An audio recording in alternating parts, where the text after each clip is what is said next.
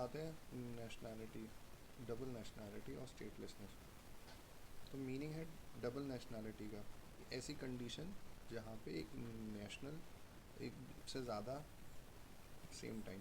Okay, इसे इतना याद रखो। कॉन्फ्लिक्ट क्या है, कॉजेज़ क्या होंगे डबल नेशनैलिटी के? या तो लॉज में ही कॉन्फ्लिक्ट है आपके, या तो जैसे किसी ने एक ने दे दी जस्ट सॉली पे, एक ने दी सैंगविन पे, तो सॉली एंड सैंगविन साथ में है। मैरिज में देख लो, स्पाउस ने शादी कर ली, दूसरी स्टेट में आ गई, मगर पुरानी वाली छोड़ी नहीं, ओरिजिनल भी कायम है। ऐसी नेचुरलाइजेशन तो यहाँ हो गया है, मगर पुराना छोड़ा नहीं है। फिर टेरिटोरियल में पुरानी टेरिटरी का तो है ही, नई टेरिटरी या तो सीड हो गई तो ट्रांसफ़र हो गई, तो उसका भी मिल गया दोनों का ही। तो वही दो दो वाले, या तो मैरिज में दो बार होगा, या तो नेचुरलाइजेशन और रिनंसिएशन में है, या तो टेरिटरी में है। और कॉन्फ्लिक्ट ऑफ लॉज में तो है ही। ये बेसिकली वो सब है जिनसे हम एक्वायर करते हैं ना, तो पुराना वाला नहीं गया, खाली एक्वायर वाले सारे आ गए इसमें। एक्वायर वाले सारे बिना पुराने वाले लूज़ करे। स्टेटलेसनेस का क्या खेल है, ये वो सिचुएशन होती है जहाँ पे कि एक इंसान कंसिडर नहीं किया जाता national by any state under operation of its law, किसी भी स्टेट के लॉ के द्वारा। ठीक है, ऊपर वाले में क्या था, डबल नेशनलिटी में एक टाइम पे एक से ज़्यादा स्टेट ने उसको नेशनल बना दिया अपने लॉ के अंदर। कॉजेज़ में इसमें क्या आएगा, इसमें लॉज के हैं तीन रीज़न, तो कि कॉन्फ्लिक्ट ऑफ लॉज में ऊपर जैसे जस्ट सॉलिड जस्ट सैंगविन देखा था, यहाँ पे आप देखो कि किसी भी मतलब कॉन्फ्लिक्ट है, किसी ने भी कन्फर्म नहीं किया उसको। दूसरा डिस्क्रिमिनेशन, या तो जेंडर एथनिसिटी हम नहीं देंगे, तो बेचारे स्टेटलेस हो गए। तीसरा है ये वाला गैप्स है लेजिस्लेशन में, कि बच्चे को बारे में लॉ में गैप्स हैं।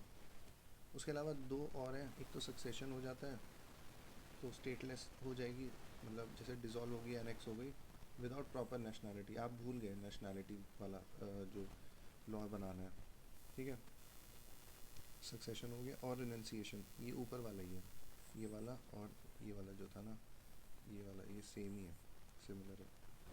ऊपर एक्वायर हो गई, यहाँ पे उन्होंने बताया नहीं, तो एक उसने छोड़ दी, दूसरी एक्वायर नहीं की, तो बीच में लटक गया। ऊपर क्या था, दोनों मिल गई हैं, छोड़ी नहीं है। यहाँ सब छोड़ दी, वहाँ एक भी नहीं छोड़ी। प्रॉब्लम इससे क्या क्रिएट होती है, तो आपको राइट्स एंड ड्यूटीज़ याद रखनी है नेशनैलिटी की, जो होती है ना वो, जैसे राइट्स क्या क्या है आपकी, मिलिट्री की आपका राइट क्या है कि आप वोट कर सकते हो, है ना। और ऑफिस दो हो गए थे आपके, एक वोट हो गया था, एक ऑफिस हो गया था। और ड्यूटीज़ में क्या था आपकी, ड्यूटीज़ में मिलिट्री आपको ड्यूटी देनी है, आपको टैक्सेशन देना है। ठीक है, राइट्स में आपका ये था डिप्लोमेटिक प्रोटेक्शन मिल जाएगा आपको। तो ये सब मिला के यहाँ पे आ गया डबल नेशनैलिटी में, क्योंकि ओवरलैप हो जाएगा आपकी राइट्स और ड्यूटीज़ का, तो सब लिख के आ देना, यहाँ तीन लिखे हैं तुम छः लिख के आ देना। स्टेटलेसनेस में क्या होगा, ह्यूमन राइट्स का सबसे पहले वो बेचारे वल्नरेबल हो जाते हैं, एक्सप्लॉयटेशन हो जाती है उनकी, ये सब हो जाते हैं। ह्यूमन राइट्स हो गया, वल्नरेबिलिटी हो गई। उसके अलावा उनकी लीगल आइडेंटिटी नहीं रहती, तो ना उन्हें डिप्लोमेटिक प्रोटेक्शन नहीं मिल पाएगा, ना कहीं ट्रैवल कर पाएंगे, वो कोई डॉक्यूमेंट ही नहीं है। और ना उन्हें राइट्स मिल पाएंगे, ये जो हमने देखे थे ऊपर। तो ये सारे स्टेटलेसनेस के हैं इश्यूज़, और डबल नेशनैलिटी के ये सब है। डबल नेशनैलिटी में वो नहीं आएंगे वोट वगैरह, क्योंकि वो तो हर जगह जाके कर लेगा ना वोट, मगर कन्फ्यूजन आ जाएगा कि मिलिट्री सर्विस एक ही को दे पाएगा, अगर पंगा हो गया उसे बचाएगा कौन, सब थोड़ी आ जाएंगे बचाने। उसे टैक्सेशन हर जगह का देना पड़ेगा, तो ये इश्यूज़ हैं। वोट करना, ऑफिस होल्ड करना तो फ़ायदा है ना। ओके, फिर एफर्ट्स में देख लो, इंटरनेशनल एफर्ट्स क्या है इसको कम करने के लिए। तो डबल नेशनैलिटी के लिए तो हेग कन्वेंशन है, कब की है, 1930 की है, जिसमें कॉन्फ्लिक्ट जो हमारा पहला ग्राउंड था ना, conflict of laws first ground जो था, उसी के ऊपर है कॉन्फ्लिक्ट ऑफ नेशनैलिटी लॉ। नहीं होनी चाहिए, फिर यूनिफॉर्मिटी होनी चाहिए, स्टैंडर्डाइजेशन होना चाहिए, ये सब होना चाहिए। फिर उसके बाद आएगा प्रिंसिपल इसका, वन नेशन वन नेशनैलिटी का। Every person should have nationality, पहली बात तो कोई भी should, no one should go without nationality. Basically कोई भी स्टेटलेस नहीं होना चाहिए, मगर एक के पास एक ही नेशनैलिटी होनी चाहिए, ताकि वो कन्फ्यूजन अवॉइड हो सके। तो हेग कन्वेंशन ने ये बोला है, वन पर्सन वन नेशनैलिटी, और सबको होनी चाहिए। तो ये एंकरेज करता है, तो ये तो क्या वॉट प्रिंसिपल है कि सबको होना चाहिए। और क्यों वो इसलिए एंकरेज करता है, ताकि अवॉइड कर सके मल्टीपल नेशनैलिटी। इसलिए आई है हेग कन्वेंशन, ताकि हारमोनाइजेशन हो। कॉन्फ्लिक्ट कैसे अवॉइड होगा, जब हारमोनी हो जाएगी, इसलिए। हम्म, तो वो यही चाहता है कि ना कॉन्फ्लिक्ट हो हारमोनी से, और ना अवॉइड वो कन्फ्यूजन हो, इसलिए। तो नो सी एंड सी, ठीक है। फिर बायलैटरल ट्रीटीज़, दूसरा तरीका है बायलैटरल ट्रीटीज़, अलग अलग कंट्रीज़ करती हैं, जैसे मिलिट्री सर्विस में इंपॉर्टेंट है, यूएस इटली का ले लो, या फिर यूएस कनाडा का ले लो, तो वहाँ पे आ जाएगा bilateral treaties, double nationality, specially military वाले। स्टेटलेस में क्या आएगा, एक तो ये कन्वेंशन पता ही है स्टेट और स्टेटलेसनेस 54 की, दूसरा रिडक्शन करना है 61 में। पहले स्टेटस आइडेंटिफाई करो, फिर जब स्टेटस पता चल जाए उसको रिड्यूस कर दो। तो यहाँ पे क्या है, स्टेटस में उसको मिनिमम राइट्स देने हैं आपको, जैसे एजुकेशन, एम्प्लॉयमेंट, उसकी डॉक्यूमेंट्स, और फिर तभी तो वो ट्रैवल कर पाएगा या जॉब ले पाएगा, इसलिए। और रिडक्शन ऑफ स्टेटलेसनेस में कोई भी लूज़ नहीं करेगा उसको, ठीक है, आर्बिट्रेरली नहीं होगा। और ये जो बच्चों के बारे में इसने अच्छे से फोकस किया है, बच्चों के बारे में तो ह्यूमन राइट्स की ट्रीटीज़ भी बोलती हैं, जैसे ये है commission, convention for child rights या चाइल्ड राइट्स कमीशन, उसने भी बच्चों के बारे में बोला है कि उन्हें बर्थ से ही मिल जाएगी। और दूसरा है UDHR का 15, क्योंकि 14 बोलता है असाइलम का, तो 15 है नेशनैलिटी का, कि सबको है अधिकार नेशनैलिटी का, ऑल्दो इसके करस्पॉन्डिंग कोई ड्यूटी नहीं है, इसलिए। ठीक है, तो कमीशन का हो गया, ये हो गया, ये हो गया। रिडक्शन वाले में भी आप देख लो, बच्चों का दोनों में ही आएगा, CRC और रिडक्शन में। फिर UNHCR मेरे ख्याल से हाई कमीशन होगा रिफ्यूजी का, है ना, तो ये भी स्टेटलेसनेस ना घूमते रहे रिफ्यूजीज बेचारे, एक से तो भगा दिया लात मार के, दूसरा उसे नेशनैलिटी का स्टेटस ही नहीं दे रहा, तो बेचारे स्टेटलेस हैं, तो वो नहीं करना, ठीक है, इसका मैंडेट हो गया। और दूसरा नेशनल लॉज ले लो आप, कई सारे नेशनल लॉज हैं जो रिमूव कर रहे हैं अब धीरे धीरे, अमेंडमेंट लाके, जेंडर डिस्क्रिमिनेशन नहीं करेंगे हम, ये बच्चों को तो तुरंत देंगे, तो ये सब है, या तो नेशनल लेवल पे होगा, या तो ह्यूमन राइट्स का इंस्टीट्यूशन हो गया, या तो हमारी ह्यूमन राइट्स की ट्रीटी हो गई, और दो अलग से डेडिकेटेड कन्वेंशन हो गई।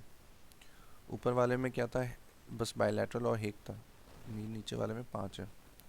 इवैल्यूएशन क्या है, सक्सेस कैसे है, तो इन सब से क्या होता है, अवेयरनेस आ जाती है, लीगल फ्रेमवर्क में क्लैरिटी आ जाती है, बन जाते फ्रेमवर्क्स, क्यों, ताकि प्रोटेक्ट कर सकें स्टेटलेस लोगों को।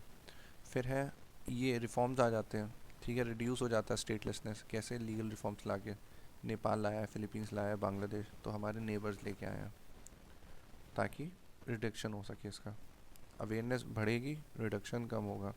और ये पर ड्यूअल, मगर आजकल ये इम्पॉर्टेंट ट्रेंड है कि आजकल जो है ना ड्यूअल नेशनैलिटी बढ़ती जा रही है, क्योंकि सबको समझ में आ रहा है ग्लोबल मोबिलिटी बहुत ज़्यादा है, इसलिए DTAA भी आ रहे हैं।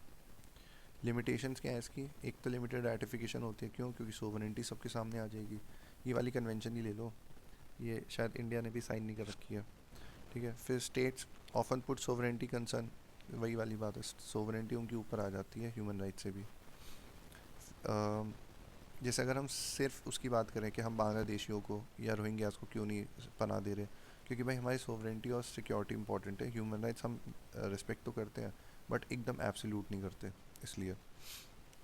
तो ऑल दो जस्टिफाइड है, बट फिर भी लिमिटेशन तो है ही। फिर है पॉलिटिकल और इकोनॉमिक, ये एथनिक कन्फ्लिक्ट्स होते हैं, है ना, तो वो नए नए स्टेटलेस पॉपुलेशन को जन्म देते रहते हैं, जैसे रोहिंग्या या सीरिया के कुर्दिस्तान वाले, तो ये भी बढ़ते चले जा रहे हैं। तो ये रीजंस है, पॉलिटिकल कॉन्फ्लिक्ट हो रहे हैं, कॉन्फ्लिक्ट्स, करंट एग्जांपल्स। और एक है ये कि जो ड्यूल नेशनैलिटी है ना, वो अभी तक रिजॉल्व नहीं हुई है, इसलिए स्टेटलेस लोग ज़्यादा घूम रहे हैं, जैसे मिलिट्री सर्विस में या टैक्सेशन में या डिप्लोमेटिक में, जो इन्हें प्रॉब्लम्स होती है उसमें। तो या आप या तो रिजॉल्व कर दो इसको, सीधी बात है, या तो नए नए कॉन्फ्लिक्ट्स मत लाओ, या तो अपनी सोवरेनिटी को थोड़ा साइड रख दो, या तो चुपचाप रेटिफाई कर दो, इसलिए। कंक्लूजन में आएगा डबल नेशनैलिटी और स्टेटलेसनेस, ये मेनली क्यों आता है, बिकॉज या तो कॉन्फ्लिक्ट्स होंगे लॉ में, या तो गैप्स है, लॉ है ही नहीं, और हैं तो वो कॉन्फ्लिक्टिंग है, वरना तो शांति से सबको मिल जाएगा।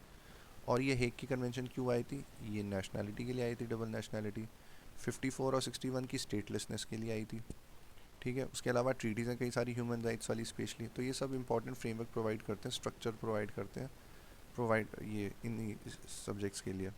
फिर उसके बाद प्रॉब्लम्स क्या हैं, रेटिफिकेशन नहीं हो रहा है, सोवरेनिटी सामने आ रही है, नेशनल लॉ में रिफॉर्म्स भी ला रहे हैं लोग सही करने के लिए, पॉलिटिकल विल, इन सब पे डिपेंड करता है उसकी इफेक्टिवनेस। चैलेंजेस भी यही हैं और फैक्टर्स सजेशंस भी यही हैं। और एंड में आएगा कि मॉडर्न कॉन्सेप्ट क्या है, कि भाई ड्यूअल नेशनैलिटी धीरे धीरे एक्सेप्ट होती जा रही है, और जब ड्यूअल बढ़ती चली जाएगी तो स्टेटलेसनेस कम होती जाएगी अपने आप ही धीरे धीरे। तो ये चल रहा है, तो वो ह्यूमन डिग्निटी और ह्यूमन राइट्स को रेस्पेक्ट करते जा रहे हैं। इसको हम बना सकते हैं, इसको और इसको, इसका कॉज इफेक्ट और सोल्यूशन, ठीक है ना, टेबल बना लेंगे। फिर स्टेटस ऑफ इंडिविजुअल्स, इंडिविजुअल्स ऊपर भी आ चुका है वैसे तो, पर यहाँ फिर से देख लेते हैं कि ट्रेडिशनली प्री वर्ल्ड वॉर 2 से जो क्लासिकल इंटरनेशनल लॉ है उसके थ्रू स्टेट्स ही होते थे, और जो इंडिविजुअल्स हैं उनके पास कोई डायरेक्ट नहीं था, वो बेसिकली ऑब्जेक्ट थे, सब्जेक्ट नहीं थे। ठीक है, उनके पास कोई डायरेक्ट राइट या ड्यूटी नहीं थे। उन्हें कोई इंजरी भी होती थी तो वो इन्फोर्स किसके थ्रू होती थी, ओनली थ्रू ये जो स्टेट्स है उसी के थ्रू। उसे हम डिप्लोमेटिक प्रोटेक्शन बोल सकते हैं कि कभी कोई दिक्कत होगी तो डिप्लोमेट से जाके बचाएंगे उसे स्टेट के, ना कि वो खुद ही खुद को बचा लेगा। Example Mavrommatis Palestine concession. इसमें क्या था, डिस्प्यूट हुआ था इंडिविजुअल के बीच में और फॉरेन स्टेट के बीच में। तो इसमें बोला गया था कि ये जो मैटर है केवल इंडिविजुअल स्टेट का नेशन ला सकता है, क्योंकि वैसे भी देख लो पीसीआई जगह है।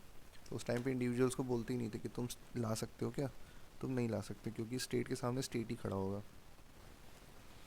मगर अब शिफ्ट होने लग गया है पोस्ट वर्ल्ड वॉर 2 से। क्यों? क्योंकि न्यूरम्बर्ग ट्रायल है, रोम स्टैचूट है, यूएन का चार्टर है, आईसीसीपीआर वगैरह ये सब है, यूडीएचआर है ना।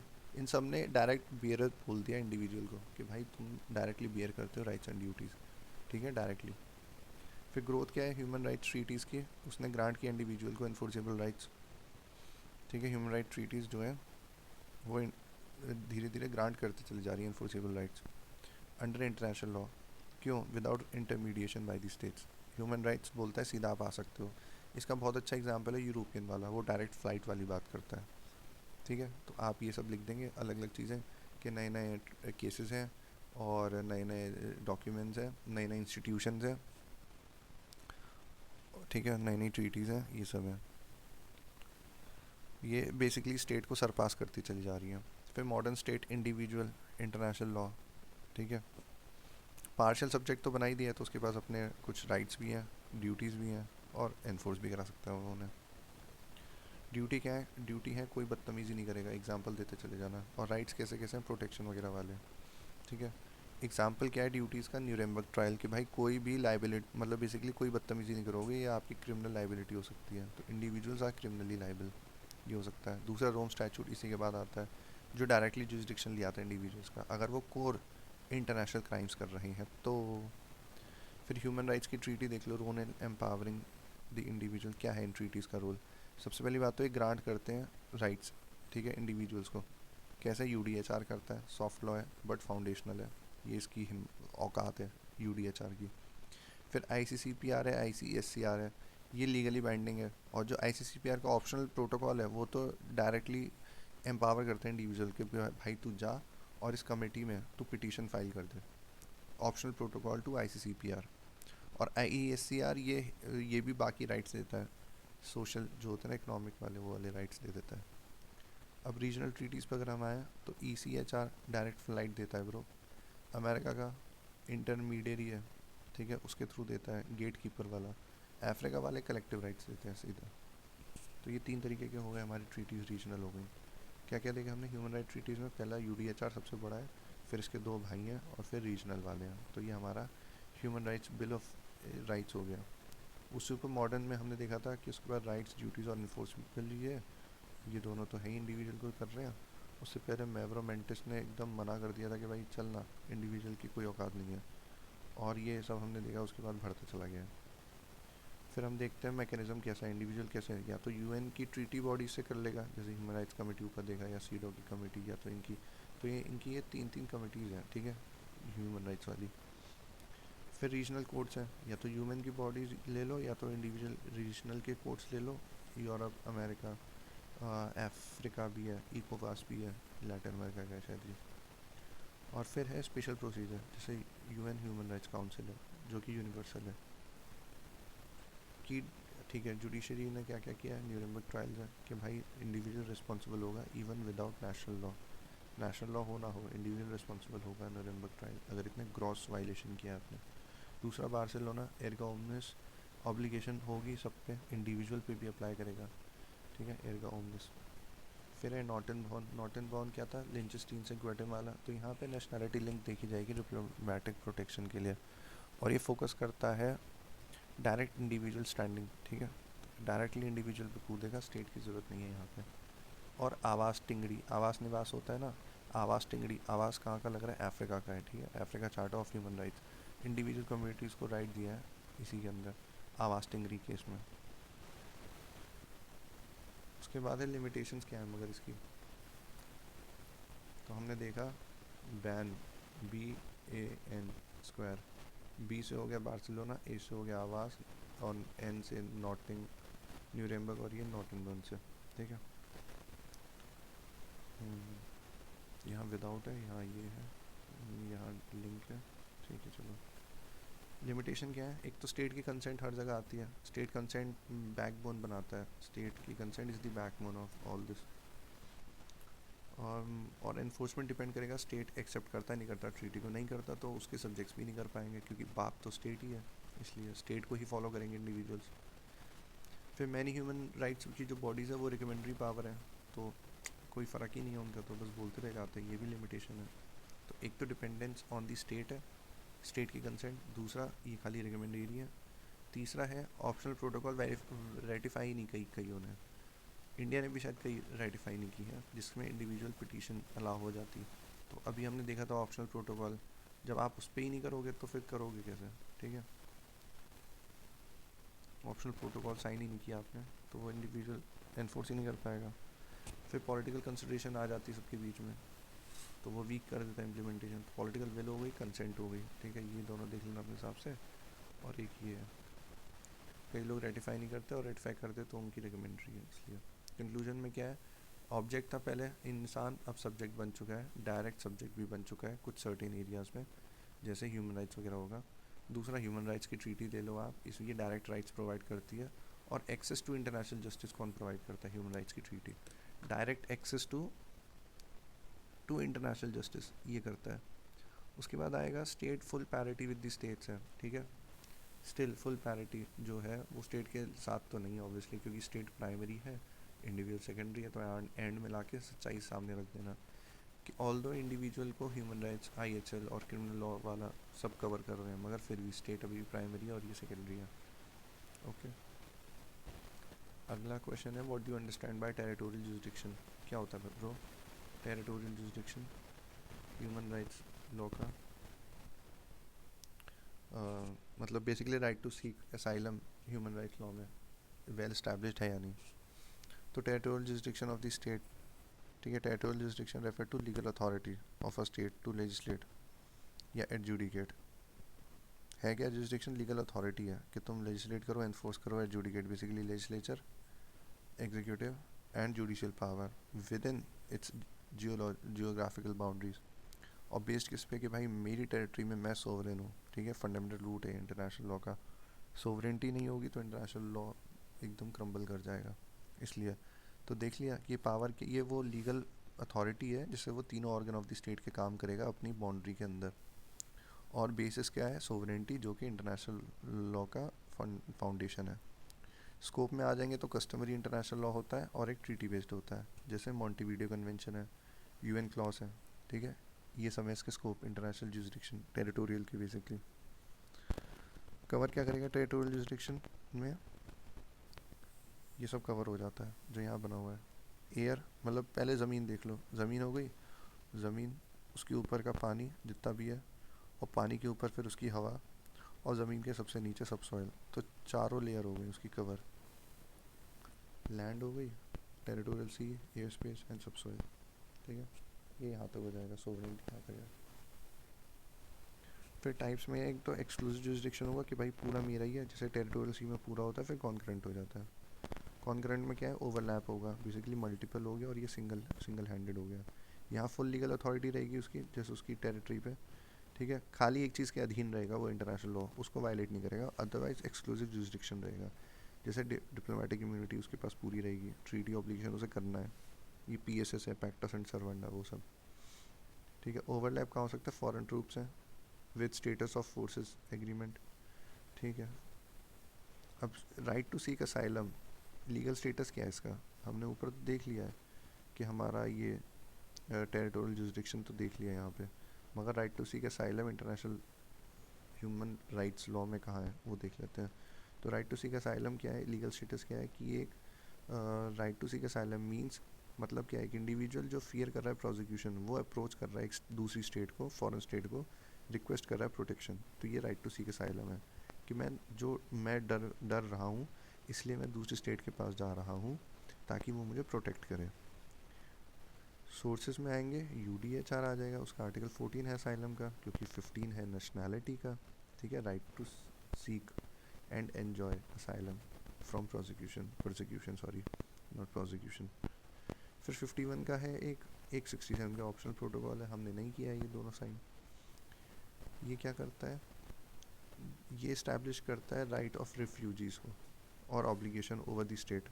ठीक है, स्टेट के ऊपर ऑब्लिगेशन है और इसके ऊपर राइट है पर्सन के ऊपर, रिफ्यूजी का। ऑल दो एब्सोल्यूट ड्यूटी नहीं है, ठीक है, ग्रांट करने की असाइलम, बट फिर भी एक ऑब्लिगेशन है। इसलिए ये एब्सोल्यूट राइट तो है लगभग, ऑल मतलब राइट है और ड्यूटी एब्सोल्यूट नहीं है। PYQ पूछ चुका है।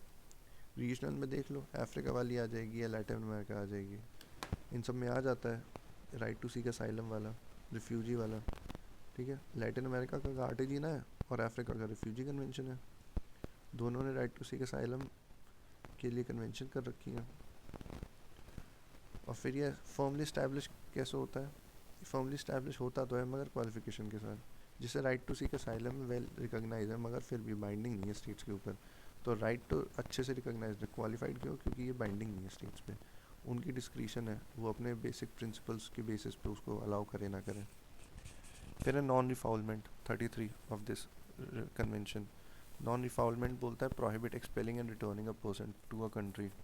ठीक है, नॉन रिफॉल्वमेंट क्या है, या तो प्रोहिबिट कर दोगे, मतलब नॉन रिफॉल्वमेंट वापस नहीं भेजूंगा, ना मैं एक्सपेल करूंगा ना मैं रिटर्न करूंगा आपको आपकी कंट्री में जहाँ पे आपकी फ्रीडम छीनी गई है या आपको थ्रेटन किया गया है या प्रोसिक्यूट किया गया है। ये है आर्टिकल 33। ठीक है, तीन तिगाड़ा काम बिगाड़ा, तो नॉन रिफॉल्वमेंट मैं नहीं करूँगा, तीन तिगाड़ा काम बिगाड़ा। फिर है ह्यूमन राइट्स का प्रोटेक्शन। ठीक है, तो राइट टू सीक असाइलम एक ये बेसिस है, एक ये बेसिस है, एक कस्टमरी भी है। कस्टमरी में क्या है, नॉन रिफॉल्वमेंट कस्टमरी का स्टेटस मिल रहा है UNG के रेजोल्यूशन से या स्टेट प्रैक्टिस से है। यही तो हर जगह दिखाते हैं, हम किसी भी चीज़ के हमें स्टैंडिंग देनी हो, बेसिस देना हो, तो या तो UN में या तो किसी को डॉक्यूमेंट में लिखा होगा या तो स्टेट एक्चुअली में प्रैक्टिस कर रही होंगी। तो ये हो गया थ्योरेटिकल, ये हो गया प्रैक्टिकल। ठीक है, ह्यूमैनिटेरियन असाइलम, ना कि जस्ट असाइलम, ह्यूमैनिटेरियन। तो ये दोनों इसको एंडोर्स करते हैं। ह्यूमैनिटेरियन में नॉन रिफॉल्वमेंट यहाँ पे भी है वैसे तो, प्रोटेक्टेड ऑलमोस्ट। ठीक है, कैट वाला देख लेना, कन्वेंशन अगेंस्ट टॉर्चर है, वो उसके री करता है। ठीक है, 6 और 7 बोलते हैं ना टॉर्चर करोगे, ना इनह्यूमन ट्रीटमेंट करोगे, ना आर्बिट्रेरी आर्टिकल 21 से डिप्राइव करोगे। फिर रीजंस क्या है सपोर्ट करें जो इस राइट को कि इस्टेब्लिश हो गया, तो पहला तो डॉक्यूमेंट से बताओगे, या तो कोई चीज़ कोई भी चीज़ इस्टेब्लिश होती है, या तो इंस्टीट्यूशंस ने कुछ बोला होगा, या तो जुडिशरी ने किसी जजमेंट में, या तो स्टेट डायरेक्टली प्रैक्टिस कर रहे हैं उसको प्रैक्टिकली। तो डॉक्यूमेंट्स में या तो ट्रीटी या तो डिक्लेरेशन UDHR हो, रिफ्यूजी कन्वेंशन हो, ICCPR हो, ये सब हो। फिर UNHCR। ठीक है, फिर जुडिशरी में सोयरिंग होगा, हिरसी होगा, ये दोनों होंगे। स्टेट प्रैक्टिस में होगा डोमेस्टिक असाइलम लॉज। कईयों ने बना लिया स्टेट्स ने। जुडिशरी में सोयरिंग UK और हिरसी जम्मा इटली। तो इसने तो प्रोहिबिट कर दिया था सोयरिंग UK ने कि भाई हम नहीं करेंगे एक्सट्रेडिशन जहाँ पे आपको रिस्क होगा इनह्यूमन ट्रीटमेंट का, क्योंकि UK शायद हो सकता है थोड़ा पढ़ा लिखा हुआ। और ये जमा कहाँ हुए हैं, इटली में जाके जमा हो गए। क्यों इटली में इसलिए जमा हुआ है क्योंकि वहाँ री हो रहा था प्रोटेक्शन असाइलम सीकर्स के अगेंस्ट। ठीक है, लिमिटेशन में सोवरेंटी सबसे सामने आ जाती है, फिर सिक्योरिटी आती है, जैसे इंडिया में बांग्लादेशी है तो हम नहीं देंगे हर किसी को मुंह उठा के रिफ्यूजी स्टेटस। टेररिज्म होता है, हमें खतरा है, हमें इंटरनल इरेगुलर माइग्रेशन बहुत ज़्यादा भर भर के आ जाते हैं, उसका भी खतरा है, बर्डन हो जाता है ना स्टेट की रिसोर्सेज पे। ये वाला पॉलिटिकल हो जाती हैं कई बार चीज़ें, डिप्लोमेटिकली, जैसे म्यांमार को हम नहीं दे सकते। और बर्डन शेयरिंग में ग्रीस वाला देख लो, ग्रीस को बर्डन शेयर नहीं करना था सीरिया वाले लोगों का। फिर डिफरिंग इंटरप्रिटेशन आ जाती है, कई बार कोई भी दिक्कत नहीं है मगर इंटरप्रिटेशन की दिक्कत है। असाइलम, पॉलिटिकल रिफ्यूजी, ठीक है, ये सब चीज़ों की अलग अलग इंटरप्रिटेशन, कोई स्टेट कुछ कर रहा है कोई कुछ कर रहा है, तो वहाँ पे फिर सब बेकार हो जाता है। फिर territorial jurisdiction gives the state control over who में एंटर एंड हु में नॉट। सीधी बात है, टेरिटोरियल जुरिस्डिक्शन का मतलब ही यही है कि स्टेट पे कंट्रोल रहेगा, कौन घुसेगा कौन नहीं रहेगा मेरी टेरिटरी में। ठीक है, घुसना और जाना। दूसरा है राइट टू सीक असाइलम, ये भी फॉर्मली रिकॉग्नाइज तो हो ही गया है अब। ठीक है, ऑल्दो ये एब्सोल्यूट राइट नहीं है मगर फिर भी इसको राइट बना दिया है। ठीक है, रिक्वेस्ट करने का प्रोटेक्शन, ये तो डेफिनेशन है। ठीक है, ये राइट विदाउट ड्यूटी है, किसी स्टेट की ड्यूटी नहीं है, ऑल्दो एक मॉरल ऑब्लिगेशन है बस। और ये जो है मोस्ट यूनिवर्सली बाइंडिंग तो नॉन रिफॉल्वमेंट हो चुका है। तो हमने क्वेश्चन में टेरिटोरियल जुरिसडिक्शन देखा है, सीक असाइलम देखा है और नॉन रिफॉल्वमेंट देखा है। नॉन रिफॉल्वमेंट तो इतना इंपॉर्टेंट हो गया कि अब इसको जस्कोजन बनाए जा रहे हैं धीरे धीरे। बना नहीं है, एब्सोल्यूट नहीं है नॉन रिफॉल्वमेंट, बट बहुत ज़्यादा एक्सेप्टेबिलिटी हो गई है इसकी। कहाँ कहाँ हुई है एक्सेप्टेबिलिटी नॉन रिफॉल्वमेंट की? हम्म, देख लेंगे। ठीक है, तो राइट टू सीक असाइलम और ग्रांटेड, ये भी क्वेश्चन आ सकता है वैसे तो। उसके पहले ये देख लो कि जुडिशरी बताएगी या तो यूएन के इंस्ट्रूमेंट या तो स्टेट प्रैक्टिस, इन्हीं सब से हम देखते हैं कि ट्रेंड क्या है। ह्यूमैनिटेरियन और लीगल ऑब्लिगेशन दोनों के तौर पे असाइलम दोनों तरीके से इंपॉर्टेंट है, ह्यूमैनिटेरियन भी और लीगल ऑब्लिगेशन भी। इसलिए ये क्वेश्चन आ सकता है, right to seek and right to get asylum में क्या है। ठीक है, फिर अगला क्वेश्चन, राइट्स एंड ड्यूटीज़ बताना कोरिलेटिव होती है क्या? इंटरनेशनल ह्यूमन राइट्स मूवमेंट के कॉन्टेक्स्ट में बताओ कि इंटरनेशनल ह्यूमन राइट्स कॉन्टेक्स्ट में राइट्स को ज़्यादा तवज्जो दिया जाता है, ड्यूटीज़ को नहीं दिया जाता। ऐसे ही हेल्प ऑफ वेरियस इंस्ट्रूमेंट्स बताओ ह्यूमन राइट्स वाले, जिसमें बताया गया हो कि क्या आप ड्यूटी मूवमेंट के बारे में सोच सकते हो रादर देन राइट्स मूवमेंट के बारे में। तो क्वेश्चन तो थोड़ा पेचीदा है मगर इसको देखते हैं। Rights and duties are correlative, सीधी बात है। क्यों? क्योंकि ये हम आज तक जूरिस्प्रूडेंस में पढ़ते आ रहे हैं। कोरिलेटिव थ्योरीज का नाम है कि हर राइट के साथ एक करस्पॉन्डिंग ड्यूटी होती है। जैसे अगर आपके पास राइट टू प्रॉपर्टी है तो दूसरे की ड्यूटी है उसमें ट्रेसपास ना करे। इंटरनेशनल लॉ में क्या है, ये तो इंडिविजुअल के लिए बता दिया आपने। अब इंटरनेशनल लॉ में क्या है कि अगर मैं टेरिटोरियल इंटीग्रिटी राइट असर्ट कर रहा हूँ तो आप सबकी ड्यूटी है कि उसमें रेस्पेक्ट करोगे, उस पर बदतमीजी नहीं करोगे। ठीक है, टेरिटोरियल इंटीग्रिटी। अब वाई राइट ओरिएंटेड क्यों है, अब तक इतना टिल्टेड क्यों है? क्योंकि आप देखो किस दौर में आया था ये। ठीक है, हिस्टोरिकली अगर हम देखेंगे तो पोस्ट वर्ल्ड वॉर टू, उसके बाद क्या एट्रॉसिटीज़ होने लग गई थी, होलोकॉस्ट हो रहा है, वॉर क्राइम्स हो रहे हैं। तो इन सब में किसको प्रोटेक्ट करना था, स्टेट को या इंडिविजुअल को? इंडिविजुअल को। इसलिए हमने ये शुरू कर दिया इंडिविजुअल को देना राइट्स। और ड्यूटी किस पे डाल दी? ड्यूटी धीरे धीरे डाल दी स्टेट पे, क्योंकि वही बचाएगी। इसलिए तो ये बदतमीजियाँ जो चल रही थी उस टाइम पे, वो इंडिविजुअल को स्टेट के अब्यूज़ से ही बचाना था। इसलिए स्टेट ही तो सबसे गंदा अब्यूज़ कर रहा था, जैसे नाजी और जापान वगैरह में, इन सब में। तो स्टेट पे ड्यूटी लगानी है, आप बदतमीजी नहीं करोगे, और इंडिविजुअल्स को प्रोटेक्शन देने हैं अलग इंस्टीट्यूशन से, अलग अलग डॉक्यूमेंट से, ट्रीटी से, इंस्ट्रूमेंट से, उन सब से। तो एक ये हिस्ट्रिकल रीज़न है। एक यूडीएचआर बन गया था, इसने भी बोला है कि हम प्रोटेक्ट करेंगे इंसान को स्टेट की पावर से। फिर पॉलिटिकल रियलिटी देख लो। पॉलिटिकल रियलिटी क्या है कि स्टेट ही प्राइमरीली बियर करती है ड्यूटी इंटरनेशनल लॉ में। ठीक है, पॉलिटिक्स में क्या है, स्टेट प्राइमरी ड्यूटी बियरर्स है और इंडिविजुअल है rights holder. Government duty bound है, तभी तो बैलेंस बनेगा। ये बचेगा, ये बचाएगा। इसलिए फोकस नेचुरल शिफ्ट हो चुका है स्टेट इंश्योर करने के लिए, स्टेट अपने ऑब्लिगेशन को फुलफिल करे। तो कुछ जगहों पे रीज़न दे दो कि इंसान को क्यों मिले हैं राइट्स, कुछ जगह पे रीज़न दे दो कि ड्यूटी क्यों लगाई है स्टेट्स पे। और फिर एम्पावरमेंट की फ़िलासफ़ी, हर स्टेट चाहता है कि उसके इंडिविजुअल एम्पावर हो। ठीक है, कोई स्टेट ऑपरेशन ना हो, बदतमीज़ी ना हो, अथॉरिटेरियन रेजिम ना आ जाए, उनसे बचें। तो इसलिए राइट्स की लैंग्वेज जो है इस अ मोबिलाइजिंग टूल है सोशो पॉलिटिकल मूवमेंट्स के लिए। जितने राइट्स दोगे उतना ही मूवमेंट्स वगैरह अच्छे अच्छे आएंगे सोशो पॉलिटिकल, उतना ही डेवलपमेंट होगा। फिर इंस्ट्रूमेंट्स इन्फोर्स जो करते हैं राइट्स को, तो यही सब है, बिल ऑफ राइट्स है बेसिकली। यूडीएचआर में ही देख लो, अगर 30 ह्यूमन राइट्स है ना, तो उसमें से खाली एक है जो ड्यूटी देता है इंसानों पे। आईसीसीपीआर देख लो, ये भी स्टेट्स की ऑब्लिगेशन ही ज़्यादातर देता है, ये देगा स्टेट, वो देगा। ठीक है, और इंडिविजुअल की ड्यूटीज इसमें प्राइमरी नहीं है, खाली इम्प्लिसिट है, सेकेंडरी दे रखी है, थोड़ी बहुत होंगी कुछ, जैसे दूसरों का रेस्पेक्ट कर लेना, फ्रीडम ऑफ स्पीच वगैरह, ये सब है ना, इंटरफेयर मत करना, वो सब। फिर कल्चरल और ICESCR में क्या है, स्टेट की ये भी ड्यूटी है कि क्या करेगा, प्रोग्रेसिवली रियलाइज़ कराएगा अच्छी अच्छी चीज़ें, सोशो इकोनॉमिक डेवलपमेंट और राइट्स। तो सब बिल ऑफ राइट्स में ड्यूटी दे दी है स्टेट की। अब इंटरनेशनल ह्यूमन राइट्स के इंस्ट्रूमेंट देख लो, इसमें क्या है, राइट्स और ड्यूटी का स्टेटस यही है तीन तो, और चौथा क्या है, ये अफ्रीका का चार्टर है। तो इसमें क्या है, राइट्स तो दे ही दिया, ये सारे राइट्स दिए हैं। ड्यूटी क्या दी है कि कम्युनिटी को ड्यूटी दी है और रेस्पेक्ट करनी है दूसरों को, ये ड्यूटी दी है। ICCPR में क्या है, सिविल पॉलिटिकल राइट्स देगा ऑब्वियसली, मगर ये मना कर, ड्यूटी क्या लगाता है, ड्यूटी लगाता है कि भाई आपको अब्यूज़ नहीं करने अपने राइट्स। ठीक है, आपको, और ड्यूटी की लिस्ट ही नहीं दे रखी बेसिकली तो इसमें। ठीक है, क्योंकि ड्यूटीज़ एब्सेंट है ना इंडिविजुअल की। ICSCR में भी ड्यूटी स्टेट को ही दे रखी है, इंडिविजुअल्स को ड्यूटी दे ही नहीं रखी, मगर राइट्स वाले दे रखे हैं जो नाम पे जा रहे हैं इसके। अफ्रीकन चार्टर मस्त है, अफ्रीकन चार्टर ऑन ह्यूमंस है और पीपल राइट्स है, ठीक है, लोगों के राइट्स भी है सीधा। यहाँ पे राइट्स भी और एक्सप्लिसिट ड्यूटीज़ भी हैं, देख रहे हो आप, दोनों ही चीज़ें हैं। जैसे आपको प्रिजर्व करना है कल्चरल वैल्यूज़ अपनी, आपको टैक्स पे करना है, आपको सोसाइटी को कंट्रीब्यूट करना है, चैरिटी वैरिटी दो, कम्युनिटी सर्विस करो, ये सब करो, तो कम्युनिटी वाले में आ जाता है ये टैक्स देना, कल्चर प्रिवेल, ये सब, ठीक है। जैसे हमारे फंडामेंटल ड्यूटीज़ है ना, वैसे ही समझो। और ये बहुत बैलेंस्ड है, ठीक है। राइट्स, ये रे राइट्स, ड्यूटी, तो ये दोनों को बैलेंस कर देता है। हम पूछेंगे इंडिविजुअल, इंडिविजुअल जो है मूवमेंट, ड्यूटी मूवमेंट हार्ड क्यों लग रहा है आपको? वो इसलिए लगता है क्योंकि भाई पॉलिटिकल रिस्क बहुत है, कोई नहीं चाहेगा कि राइट्स कम हो जाए और इंसान पे ड्यूटी डाल दे, ठीक है, क्योंकि वो मिसयूज़ भी बहुत हो सकता है।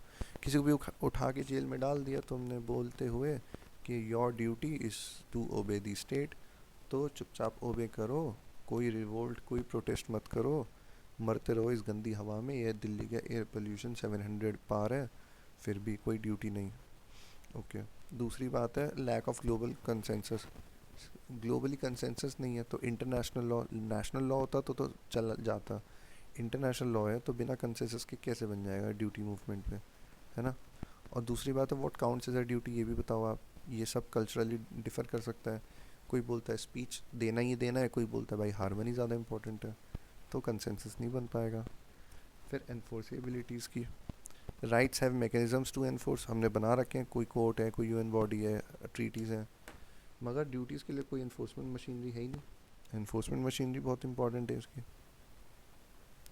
और लास्ट है फ़िलासफ़ी, फ़िलासफ़िकली हमने जो भी लिबरल थाट्स हैं, जो भी अमेरिकन फ्रेंच रेवोल्यूशन है, सब ने राइट्स की बात की है, इंडिविजुअल को प्रायोरिटाइज़ करो, स्टेट को नहीं, स्टेट तो है ही अपने आप में। इसलिए तो हमारे ये फ़िलासफ़ी हो गई, प्रायोरिटी हो गई, उसके बाद लीगल इन्फोर्सिबिलिटी के मैकेनिज़म्स हो गए, ग्लोबल कंसेंसस नहीं है और क्या होगा क्लैरिटी भी नहीं है, और पॉलिटिकल रिस्क तो है ही कि मिसयूज़ कर दोगे एक बार देने के बाद। फिर पॉसिबिलिटी क्या है ह्यूमन ड्यूटी मूवमेंट की, बिल्कुल है, प्योर ड्यूटी नहीं हो सकता एब्सोल्युटली, मगर हाँ थोड़ा बैलेंस कर सकते हैं, जहाँ जहाँ राइट दे रहे हैं वहाँ वहाँ थोड़ी थोड़ी ड्यूटी अटैच कर दो। जैसे इंटीग्रेटिव अप्रोच ले लेते हैं, राइट्स कम विद रिस्पॉन्सिबिलिटीज़, ये वाला आर आएगा इस आर के साथ। जैसे हमारा ये दो पता ही है आपको, आर्टिकल 19 वाले। ग्लोबल मॉडल्स क्या हैं, ग्लोबल मॉडल में किसको हम रेप्लिकेट करें, अफ्रीका को कर सकते हैं, इंडिया को कर सकते हैं, दोनों के बड़े अच्छे एग्जाम्पल हैं। फंडामेंटल राइट और fundamental duties part 4। African charter का क्या है, आपको रेस्पेक्ट करनी है, ड्यूटी तो रेस्पेक्ट बेसिकली राइट सारे दे दिए, बट ड्यूटी क्या है, अपनी फैमिली को रेस्पेक्ट करो, सॉलिडारिटी को प्रमोट करो, और डिफेंस टू द कंट्री, जब आपको बुलाया जाए डिफेंस के लिए तो आपको आना है, ये सब चीज़ें हैं। पॉसिबल ड्यूटी की थीम्स क्या हो सकती हैं, ये भी अच्छा है, आप खुद से ही दे दो, डायग्राम बना देना इसका, तो ठीक है। इन्वायरमेंट डाल देना, राइट्स ऑफ अदर्स डाल देना, UDHR बोलता है, पीस एंड टॉलरेंस होना चाहिए, ठीक है, कैट कन्वेंशन अगेंस्ट टॉर्चर, और पार्टिसिपेट करना आपको डिप्लोमेटिक प्रोसेस में, ये आपका पॉलिटिकल राइट होगा, तो ICCPR। इस तरीके से एग्जांपल देते चले जाना। उसके बाद कंक्लूजन में आएगा, राइट्स ओरिएंटेड नेचर तो है ही इसका, वो हिस्टोरिकली एकदम जस्टिफाइड था, क्योंकि स्टेट को प्रोटेक्ट करना था स्टेट के अब्यूज़ से, इंडिविजुअल को प्रोटेक्ट करना था स्टेट के अब्यूज़ से। However duties complete complement rights, ठीक है, मॉडर्न भी यही चल रहा है, ताकि तभी सोसाइटी में हारमनी रहेगी जब दोनों ही चीज़ होंगी। तो ड्यूटी मूवमेंट पॉसिबल है अगर हम शेयर करते रिस्पॉन्सिबिलिटी, ठीक है, rather than state control. State control नहीं होना चाहिए भाई, एक्सटर्नल इंटरनल ही होना चाहिए, सबके अंदर एक शेयर्ड रिस्पॉन्सिबिलिटी होनी चाहिए, ताकि वो मिसयूज़ ना करें। इसलिए अब 68 पे आ जाते हैं। 68 बोलता है इंटरनेशनल लॉ प्राइमरी कंसर्न है राइट्स एंड ड्यूटीज से of the interest of the states, पता है हमें, तो इसमें इंडिविजुअल केस बता दो, नॉन स्टेट एंटिटीज़ का, ये ऊपर किया था, पर एक बार देख लेते हैं। इंट्रोडक्शन में क्या है, क्लासिकल इंटरनेशनल लॉ क्या बोलता है कि ये सोवरेन स्टेट्स के बीच में चलता है, जिसको जस्ट इंटर जेंटिस बोलते हैं, जस्ट इंटर जेंटिस, गेंटिस कुछ भी बोल लो। ये बोलता है individuals are not regarded subject but only object of the international law, तो प्रोटेक्ट या affect only through state right, ठीक है, ये अकेले काम कर ही नहीं सकते या खुद से डायरेक्टली, इन्हें स्टेट का इंटरफेरेंस चाहिए होगा और ये स्टेट के थ्रू ही अप्रोच कर सकते हैं, खुद को प्रोटेक्ट कर सकते हैं। स्टेट सेंट्रिक व्यू था, ठीक है। चैंपियन किसने किया था? जो पुराने हमारे जूरिस्ट थे, ओपनहाइम वगैरह, इन्होंने बात कहा था कि केवल स्टेट ही वो सब पोजेस कर सकता है, इंटरनेशनल लीगल पर्सनालिटी जो है ना, आईएलपी, वो खाली स्टेट पोजेस कर सकता है, ऐसा बोला था ओपनहाइम ने। हाइवर अब धीरे धीरे 20th सेंचुरी जब आई है तो हमने देखा है प्रोफाउंड चेंजेस आ रहे हैं, किसके थ्रू? ह्यूमन राइट्स लॉ है, आईएचएल है, नॉन स्टेट अपने एक्टर्स हैं, एनएसए, और अपना ये इंटरनेशनल क्रिमिनल लॉ, ठीक है, रोम स्टैट्यूट, न्यूरेमबर्ग ट्रायल्स, ये सब, ठीक है, एनएसए भी याद रखना है। फिर ट्रेडिशनल पोजीशन क्या है कि स्टेट ही है प्राइमरी सब्जेक्ट, ये तो हमें भी पता है, ट्रेडिशनली ये चल रहा है। क्यों? क्योंकि स्टेट ही है जो सोवरेन है या इक्वल है ना, उसके राइट्स भी हैं। टेरिटोरियल इंटीग्रिटी का राइट होगा, नॉन इंटरफेरेंस का राइट होगा, और सेल्फ डिफेंस का उसका राइट है। तो ये उसके खुद के राइट्स हैं कुछ तो। और ड्यूटीज़ भी हैं कि भाई दूसरों की सोवरेनिटी को रेस्पेक्ट करो, ट्रीटीज़ को अच्छे से फुलफिल करो गुड फेथ में, पैक्टस एंड सर्वंडा। तो ये हो गई उसकी ड्यूटीज़, और राइट्स तो हैं खुद को बचाने की, टेरिटरी को, इंटरफेरेंस को, डिफेंस को। तो ये हो गया हमारा पुराना वाला क्लासिकल व्यू। क्लासिकल व्यू में जो इंडिविजुअल थे वो इम्प्लीमेंट हो सकते थे ओनली थ्रू डिप्लोमेटिक प्रोटेक्शन, ठीक है। अब की कैरेक्टरिस्टिक्स क्या है? International law regulated interstate relation, interstate relation है। तो non state actor were seen as lacking direct standing, ठीक है, डायरेक्ट स्टैंडिंग नहीं है इनकी, नॉन स्टेट एक्टर्स है। ओके,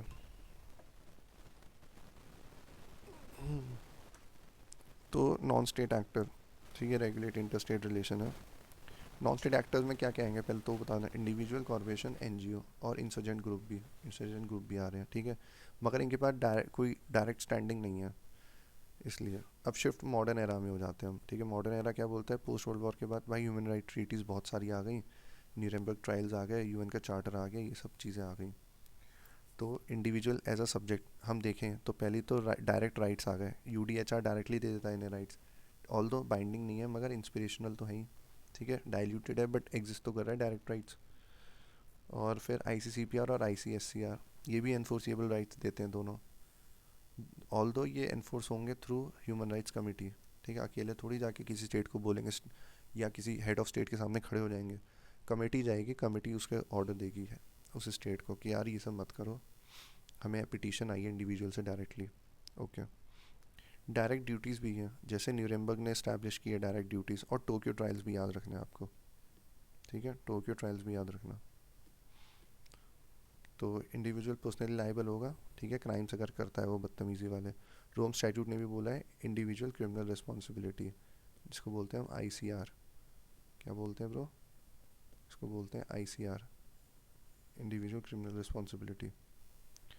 उसके बाद आएगा केसेस, देख लो, तो ये तो डायरेक्ट ड्यूटीज़ के देख लिया आपने दो इंसिडेंट्स। केस लॉज में है बीपी, क्या है? बीपी, बार्सिलोना है, और ये है पिनोशे, पिनोशे केस है। बार्सिलोना में तो बोला था कि एरिका ओमनेस जो है ना, to protect the human beings, ये सब पे अप्लाई करेगा, ये सबकी ऑब्लिगेशन है। ड्यूटी की बात की गई है, ये वाली जो ड्यूटी है टू प्रोटेक्ट इज़ एन ऑर्गा ओमनेस, और ये ऑब्लिगेशन है सब पे। पिनोशे केस में क्या है कि no immunity for international crimes, ठीक है, इंडिविजुअल को इम्यूनिटी नहीं मिलेगी अगर बदतमीज़ी करी तो। नॉन स्टेट एंटिटीज़ का क्या है? वो तो इंडिविजुअल का हो गया। अब इसमें आते क्या क्या? ऑर्गेनाइजेशंस आती हैं, ये सब हैं जैसे हमारी, ठीक है, रेपरेशन वाला सबसे अच्छा केस है आईसीजे का। फिर लिबरेशन मूवमेंट्स भी हैं, ये भूल सकते हो। तो एडिशनल प्रोटोकॉल जो है ना जिनेवा की कन्वेंशन की, उसने बोला है कि ये भी लिबरेशन मूवमेंट, जैसे इंसर्जेंसी वाले हैं, बेलिजरेंस हैं, वो उसकी बात कर रहा है ये, जैसे इंसर्जेंस या फिर बेलिजरेंट, ठीक है, ये वाले लौंडे। और कॉरपोरेशन और एनजीओ तो है ही, इसमें भी एक दो एग्जांपल आ जाएंगे। जैसे इनकी ड्यूटी किसके लिए है?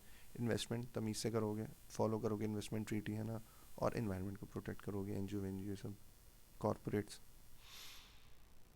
जहाँ ये आएंगे ये दोनों याद रखना, कॉरपोरेट और इन्वायरमेंट वाला तो है ही। अब ये why statement still hold some truth, कि यार स्टेट अभी भी प्राइमरी है, ठीक है ना। लॉ मेकर, हाँ, स्टेट की क्या औकात है भाई? स्टेट ही है जो लॉ मेकिंग करती है, स्टेट ही है जो ट्रीटी मेंटेन करती है, इंडिविजुअल तो आके करता नहीं है सीधा, ओके। रेटिफाई भी स्टेट करेगी, अकेला बंदा नहीं कर लेगा, पार्लियामेंट को करना है रेटिफाई, स्टेट हो गई। उसके बाद एनफोर्समेंट भी यही करेगी, क्योंकि उसके पास सारे मशीनरी है, सैंक्शन हो, चाहे मिलिट्री एक्शन हो, चाहे आईसीजे के पास जाना हो, सब स्टेट के पास ही है। क्या है, लॉ बनाएगा, ट्रीटी बनाएगा, एनफोर्स भी करेगा, और इंडिविजुअल के राइट भी इसी के थ्रू इम्प्लीमेंट होंगे, effective only through the state implementation.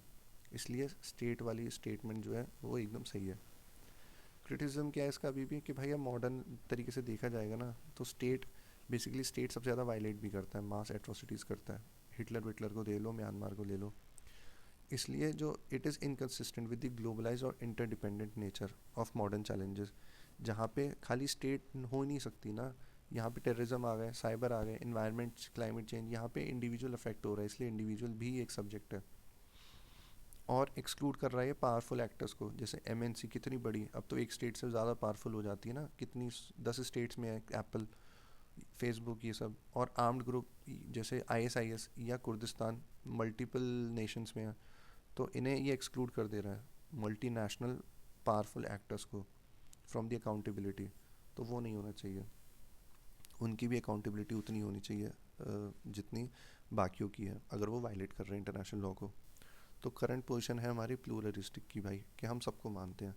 Pluralistic में क्या है कि प्राइमरी तो स्टेट है, इसके पास फुल लीगल पर्सनालिटी है, मगर सेकेंडरी इनके पास भी है, एनएसए, ये इंसर्जेंट, ठीक है, इंसर्जेंट के पास भले ही लिमिटेड पर्सनालिटी, मगर फिर भी ये सेकेंडरी है।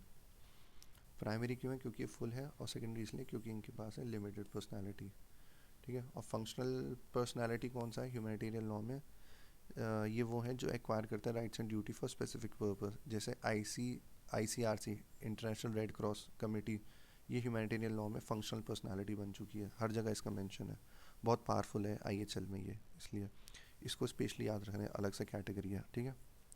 क्योंकि ये फुल पर्सनालिटी ऑक्यूपाई करती है, मगर स्पेसिफिक पर्पस के लिए, अदरवाइज ज़ीरो है ये। तो उस तरीके से कंक्लूजन में देख लेंगे कि इंटरनेशनल लॉ ओरिजिनेट तो हुआ था law of the states, bye the states, for the states type से। ये अच्छी स्टेटमेंट है, ये लिख लेना, हर जगह आएगी, क्योंकि ये क्वेश्चन भी 10 बार आता है इस पे, जुरिस्डिक्शन में आता है, और इंटरनेशनल लॉ के सब्जेक्ट्स और नेचर में भी आता है कि इंडिविजुअल की क्या औकात है।